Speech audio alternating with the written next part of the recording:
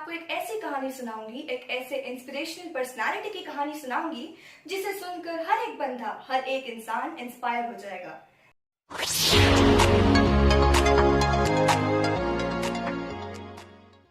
डर ने खूब सताया, डर ने खूब सताया, अन्याय ने हर मोड़ पर रुलाया, अन्याय ने हर मोड़ पर रुलाया, पर बिखरी नहीं वो कभी स्त्री शक्ति पर खरी वो उतरी, पर बिखरी नहीं वो कभी स्त्री शक्ति पर खरी वो उतरी।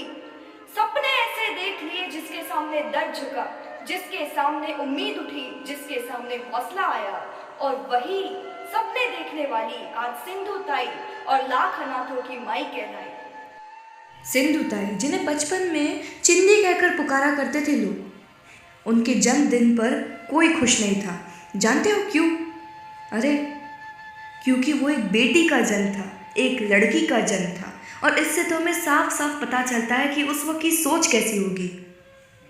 चिंदी को ना पढ़ना लिखना बहुत अच्छा लगता था।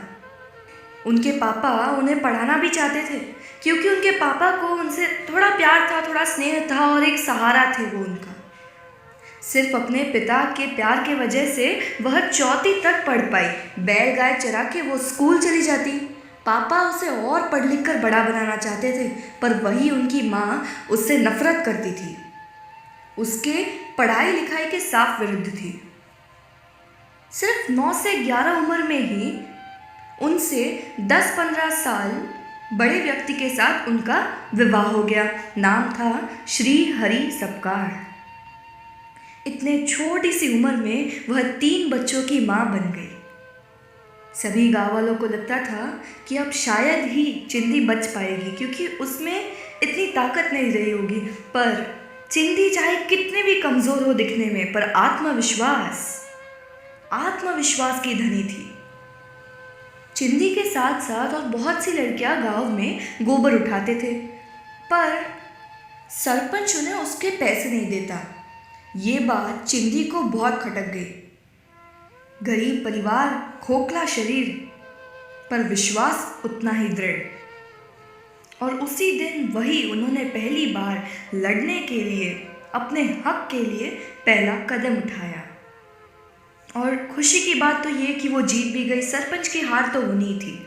सरपंच ने कहा कि ठीक है भाई, तुम्हें इसके पैसे मिल जाएंगे।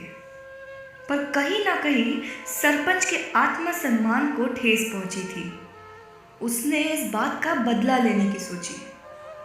सरपंच ने ये अफवाह फैलाई सारी घर में, गांव में, यहाँ तक कि उसके पति को भी बता दिया कि उस 9 साल की चिंदी के पेट में जो बच्चा पल रहा है वो उस सरपंच का था। अब होना क्या था? उसके पति ने उसे बहुत मारा, बहुत मारा, बहुत मारा। वो भी करती क्या, छोटी थी। सहते गए, सहते गए, सहते गए, और फिर उन्हें उसी अवस्था में उनके पति ने गौशाला में फेंक दिया। उनकी हालत ऐसी हो गई थी जैसे मानो मौत बस कुछ ही दूरी पे हो। और तभी उसी गौशाला में रात को उन्होंने एक छोटी सी बच्ची को जन्म दिया। वहाँ दूर दूर तक कोई नहीं था, सिर्फ वो अकेली और उनकी वो छोटी सी बच्ची उनके हाथ में।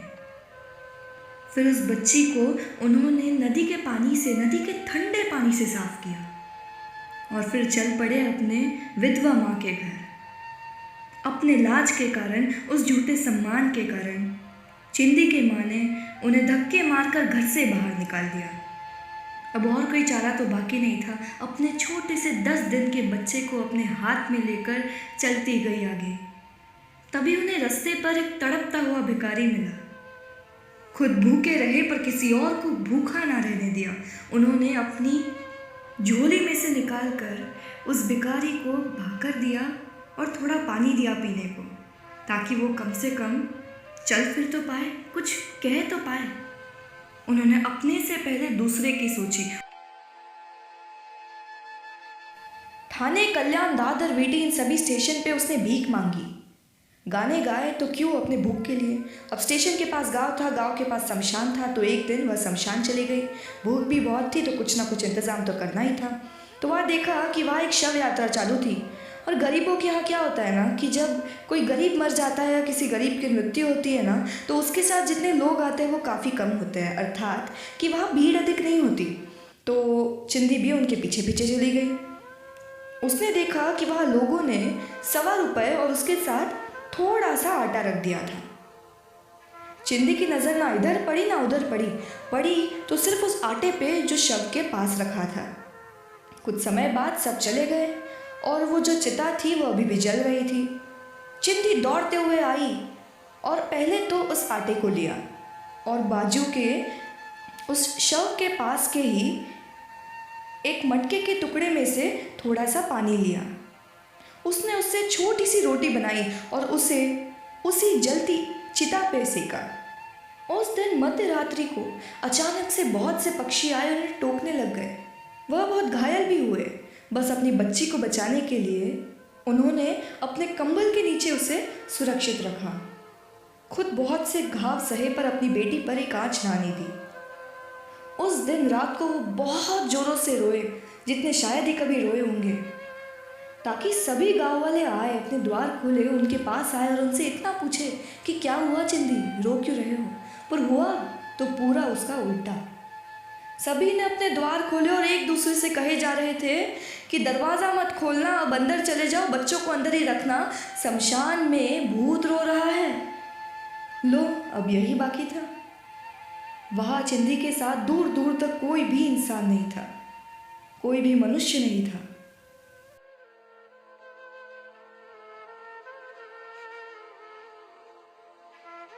चिंदी हमेशा हमेशा के लिए शमशान छोड़कर आगे बढ़ गई। राह चलते रास्ते पर जहाँ पर भी कूड़ा हो या कहीं सड़क पे कोने पे हो, जब माँ बाप अपनी संतान छोड़ चले जाते थे, संतान को फेंक देते थे, तो उस छोटे से बच्चे को वो स्वयं अपना लेती थी। और तभी चिंदी सिंधु बन गई। तभी उसका ये सफर चालू हुआ और वो सिंधु कहलाने लगी। सिंधु अर्थात जब वो बहते बहते शीतलता देती है सबको, तो वो सिंधु कहलाती है। और वही आज हमारी सभी की माई कहलाती है।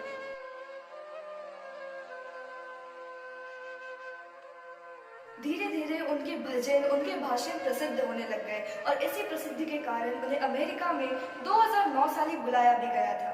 ठीक 80 साल की उम्र में उनके पति ने जिद पकड़ ली थी कि चाहे कुछ भी हो जाए, अब उन्हें वापस लौटना है। और सिंधु ताई ने उन्हें माफ कर दिया और उन्हें अपने बच्चे के रूप में स्वीकार लिया। आणि म्हणाल्या की आता माझ्या केवळ आई पण उरलंय, बाई पण नहीं। आज उनके हजारों बच्चे हैं, जिनमें से कोई डॉक्टर, तो कोई वकील, तो कोई इंजीनियर, तो कोई सोशल वर्कर है। और इतना ही नहीं, हमारे माई को कई सारे पुरस्कार मिल चुके हैं, कई एपीजे अब्दुल कलाम के हाथों से, तो कोई प्रतिभा पाटिल के हाथों से।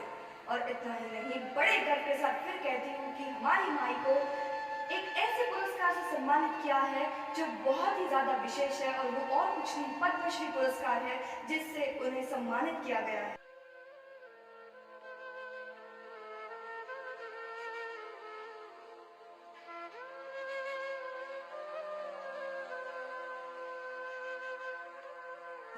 तुम्हाला मनपूर्वक हार्दिक अभिनंदन माई.